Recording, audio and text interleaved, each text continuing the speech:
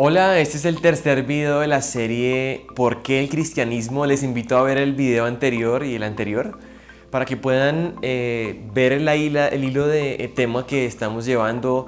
Surgió de una conversación con un rasta evangelizándole y cómo a través de todos los argumentos que presentaba y las ideas que tenía, identifiqué que había muchas falsas concepciones del cristianismo y en general de la religión que hacen que muchos de nosotros nos hayamos equivocado en entender el cristianismo mismo. Él, por ejemplo, decía, es que yo pienso, es que mi creencia, es que mi Dios, es que todas las religiones conducen a lo mismo. Y algo que vimos es que el cristianismo, a diferencia de las otras religiones, empieza no en nosotros, sino empieza en Dios, en que Él toma la iniciativa para buscarnos, pero ahora la siguiente idea es que tiene que ver con la revelación de Dios y a la manera de Dios.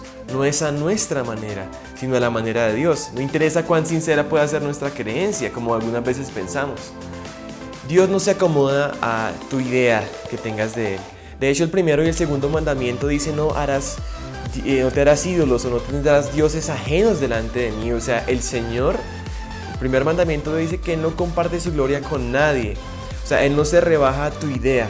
Y uno quizás podría tener un ídolo físico, una imagen, etcétera, pero también podría tener una recreación, una creación de Dios a tu manera, según tu concepto, y por supuesto ese es un Dios falso, es un ídolo.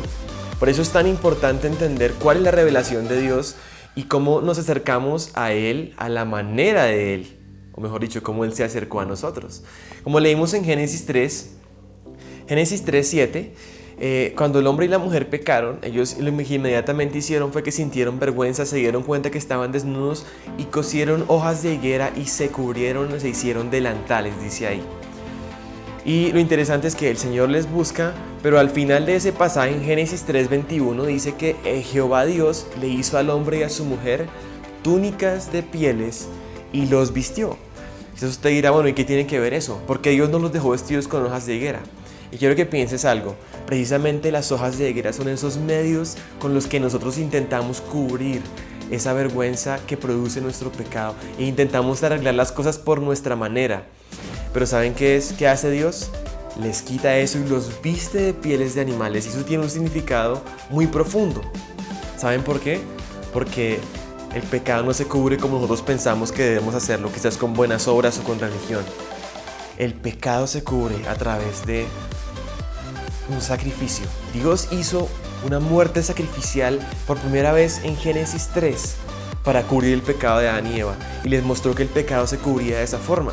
No es casualidad que, por ejemplo, Abel, Noé, Abraham, que eran personas que vivieron antes de la ley mosaica, antes del sistema de sacrificios, ofrecían sacrificios porque entendían que esa era la forma. No era mi forma, era la forma de Dios. Y de hecho, precisamente esa forma perfecta de poder ser reconciliados con Dios la vimos completamente cumplida en la obra de Jesucristo. Cuando Juan el Bautista ve a Jesús, relata el evangelista Juan, dice: he aquí el Cordero de Dios que quita el pecado del mundo. La forma de la provisión suficiente y necesaria provista por Dios a la manera de Dios es el Cristo. De hecho, el sacerdocio levítico, por ejemplo, cuando se instituyó, que era la forma de vinculación y intercesión del pueblo a Dios, cuando había personas que se rebelaban o que decían, no, ¿por qué no puede ser a mi manera? ¿Por qué no puede Dios usarme a mí en lugar de usarlos a ellos? El Señor mostraba un juicio fuerte y certero. O por ejemplo, Saúl, cuando estaba esperando a Samuel porque estaban próximos a iniciar una batalla, una guerra, Samuel no llegaba y él se anticipó con muy buenas intenciones para presentar un sacrificio a Dios, una ofrenda, y a pesar de que fue con tan buena intención, el Señor despreció esto porque no era la forma como él lo había establecido. Ahora, precisamente Dios se ha revelado, o sea, Dios se ha dado a conocer de muchas maneras y en muchos momentos, dice Hebreos 1:1, dice: Dios, habiendo hablado muchas veces y de muchas maneras en otro tiempo a los padres por los profetas. Fíjate acá, no es que Dios habló por allá a escondidas, sino muchas veces y de muchas maneras, y tenemos ese registro en la Biblia, en el Antiguo Testamento. Y en los postreros días nos ha hablado por el Hijo. Y este registro lo tenemos a través del testimonio de los apóstoles en el Nuevo Testamento. Jesucristo, la cima de la revelación de Dios, a quien constituyó heredero de todo y por quien asimismo hizo el universo, el cual siendo el resplandor de su gloria, la imagen misma de su sustancia y quien sustenta todas las cosas por la palabra de su poder, dice que ha efectuado la purificación de nuestros pecados por medio de sí mismo y se sentó a la diestra de la majestad en las alturas. Entonces tenemos una revelación de Dios, una forma y una manera de Dios para reconciliarnos con Él a través de Jesucristo.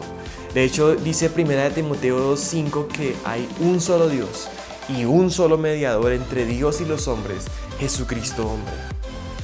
Así que, por favor, ten muy en cuenta esto, arrepiéntete y confiesa tu pecado si has estado haciendo el Dios a tu manera, si tienes tu ídolo que te conviene, y vuélvete al Dios verdadero y a Jesucristo, a quien Él ha enviado, al Cordero de Dios que puede limpiar tu pecado y puede cubrir tu vergüenza y puede abrir una puerta para relacionarte de manera correcta con el Dios verdadero.